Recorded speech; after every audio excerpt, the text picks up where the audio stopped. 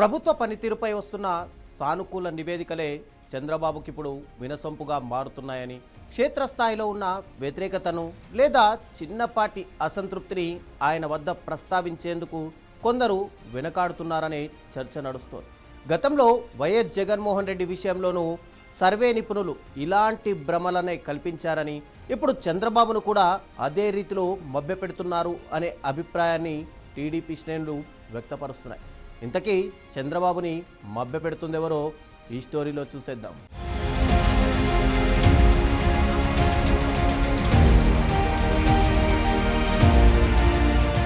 రాజకీయాల్లో అధికారంలో ఉన్న నాయకుడికి కష్టాలు కనిపించడం, వినిపించడం కష్టమా? లేక నాయకుడే వినాలనుకున్న మాటలే ఎక్కువగా వినిపిస్తాయా? ఈ ప్రశ్న ఇప్పుడు ఆంధ్రప్రదేశ్ రాజకీయాల్లో మరోసారి చర్చనీయాంశంగా మారింది. ముఖ్యమంత్రి చంద్రబాబు నాయుడుకు అందుతున్న సర్వే నివేదికలు, వాటి వెనుక ఉన్న వ్యూహాలు, పార్టీలో జరుగుతున్న అంతర్గత చర్చలు, ఇవన్నీ ఇప్పుడు రాజకీయ వర్గాల్లో హాట్ టాపిక్గా మారాయి. కొన్ని సర్వే సంస్థలు ప్రభుత్వ పనితీరు అద్భుతంగా ఉందని, ప్రజల్లో కూటమి ప్రభుత్వానికి అపారమైన ఆదరణ ఉందని, 2029 ఎన్నికల్లో గతం కంటే ఎక్కువ స్థానాలు కూటమి గెలుచుకుంటుందని నివేదికలు ఇస్తున్నాయట. ఆ నివేదికలు చూసిన తర్వాత పార్టీ నాయకత్వంలో కూడా మంచి ధీమా కనిపిస్తోందని విశ్లేషకులు చెబుతున్నారు.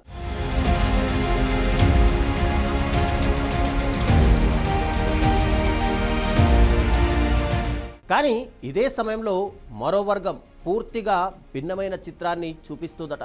క్షేత్రస్థాయిలో పరిస్థితి అంత అనుకూలంగా లేదని, ప్రభుత్వం పైన అసంతృప్తి మెల్లగా పెరుగుతోందని, కొన్ని వర్గాల్లో వ్యతిరేకత కూడా మొదలైందని, ఆ ఫీడ్బ్యాక్ కూడా నాయకత్వానికి చేరుతోందని సమాచారం. అయితే అలాంటి నివేదికలకు అంత ప్రాధాన్యం దక్కడం లేదన్న చర్చ టీడీపీ వర్గాల్లోనే ఎక్కువగా వినిపిస్తోందట. ఇక్కడే అసలు ప్రశ్న మొదలవుతోంది.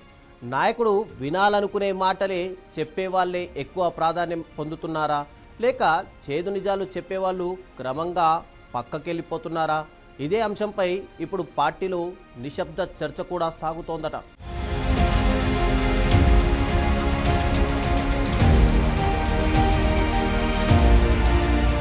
టీడీపీకి చెందిన కొందరు సీనియర్ నాయకులు చెబుతున్న ప్రకారం ప్రభుత్వంపై నెగిటివ్ ఫీడ్బ్యాక్ ఇచ్చిన వారిని పెద్దగా పట్టించుకోవడం లేదట. 1-2 సార్లు వాస్తవ పరిస్థితి వివరించేందుకు ప్రయత్నించిన నాయకులు కూడా తర్వాత మౌనంగా ఉండటమే మంచిదని భావిస్తున్నారట.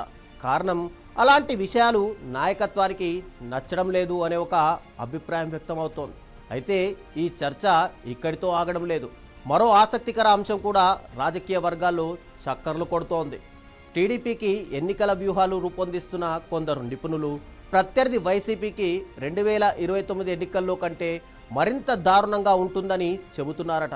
ప్రస్తుతం ఉన్న ఎమ్మెల్యే స్థానాల కంటే కూడా తక్కువ స్థానాలకే ఆ పార్టీ పరిమితం అవుతుందని చెబుతున్నారు అనే ఒక ప్రచారం కూడా ఊపందుకుంది. ఇది విన్న టీడీపీ నేతలు కూడా గ్రౌండ్ లెవెల్లో ఆ స్థాయిలో వైసీపీ ఉందంటే నమ్మలేకపోతున్నారట.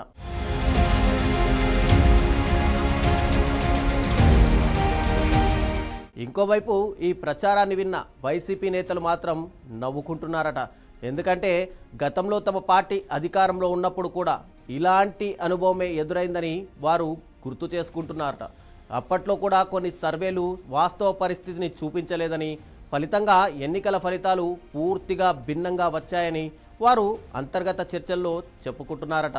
అందుకే ఇప్పుడు టీడీపీ అధినేత చంద్రబాబుకు కూడా అదే పరిస్థితి ఎదుర్కొంటున్నారని, నిజమైన సమాచారం చేరడం లేదని వైసీపీ నేతలు భావిస్తున్నారు. చంద్రబాబు వినాలనుకున్న సమాచారం మాత్రమే ఆయనకు చేరుతోందని వైసీపీ నాయకులు వ్యాఖ్యానిస్తున్నారు అనే ప్రచారం కూడా ఊపందుకుంది. మరోవైపు టీడీపీలోని మరో వర్గం మాత్రం చాలా కీలకమైన అంశాన్ని ప్రస్తావిస్తోందట.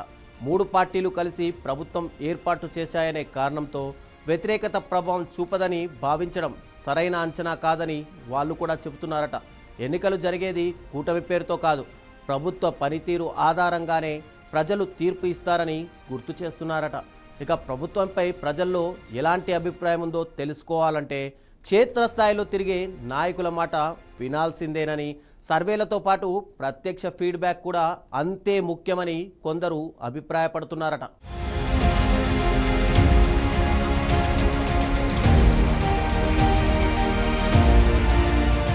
రాజకీయాల్లో సర్వేలు కొత్తవి కావు. ప్రతి ఎన్నికల ముందు అనేక సంస్థలు అంచనాలు వేస్తాయి. కొన్ని నిజమవుతాయి, కొన్ని పూర్తిగా తప్పిపోతాయి. అందుకే అనుభవజ్ఞులైన నాయకులు ఒక్క సర్వేనే నమ్మకుండా వివిధ వర్గాల నుంచి సమాచారం కూడా సేకరించి నిర్ణయాలు తీసుకుంటారని రాజకీయ విశ్లేషకులు చెబుతుంటారు. చంద్రబాబు నాయుడు ప్రతిపక్షంలో ఉన్న సమయంలో అన్ని వర్గాల అభిప్రాయాలను ఓపిగా వినేవారని, చిన్న సమాచారం కూడా విశ్లేషించేవారని ఆయనతో కలిసి పనిచేసిన కొందరు గుర్తు చేసుకుంటున్నారు. అయితే అధికారంలోకి వచ్చిన తర్వాత కూడా అదే విధానం కొనసాగుతోందా, లేక అనుకూల నివేదికలకే ఎక్కువ ప్రాధాన్యం ఇస్తున్నారా అన్న ప్రశ్న ఇప్పుడు రాజకీయ వర్గాల్లో తీవ్రంగా వినిపిస్తోంది.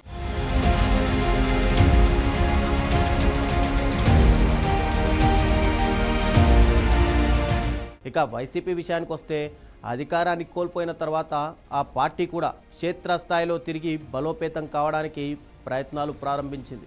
అలాంటి సమయంలో ప్రత్యర్థి పార్టీకి తప్పుడు అంచనాలు చేరితే అది తమకు రాజకీయంగా ఉపయోగపడుతోందని భావిస్తున్నారని కూడా ప్రచారం నడుస్తోంది. అయితే ఈ మొత్తం వ్యవహారంలో ఒక విషయం మాత్రం స్పష్టంగా కనిపిస్తోంది. రాజకీయాల్లో సర్వేలు ఎంత చెప్పినా చివరి మాట చెప్పేది ఓటరే. కాగితాలపై కనిపించే సంఖ్యలు ఒకలా ఉండొచ్చు, కానీ పోలింగ్ బూత్ దగ్గర ప్రజలు తీసుకునే నిర్ణయం మరోలా ఉండొచ్చు. అందుకే రాజకీయ పరిశీలకులు ఒక మాట మాత్రం చెబుతుంటారు: సర్వేలు దారి చూపించవచ్చు, కానీ గమ్యం నిర్ణయించేది ప్రజలే.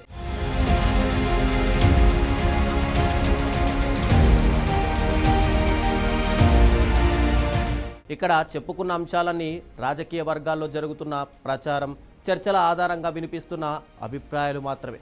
వీటికి సంబంధించి అధికారిక ధృవీకరణ మాత్రం ఇంకా లేదనే చెప్పాలి. నిజమైన రాజకీయ చిత్రం ఎలా ఉందో, ఎవరికి ప్రజలు మద్దతు కడతారో చివరకు చెప్పేది ఎన్నికల ఫలితాలే అని వైసీపీ నేతలు కూడా వ్యాఖ్యానిస్తున్నారు.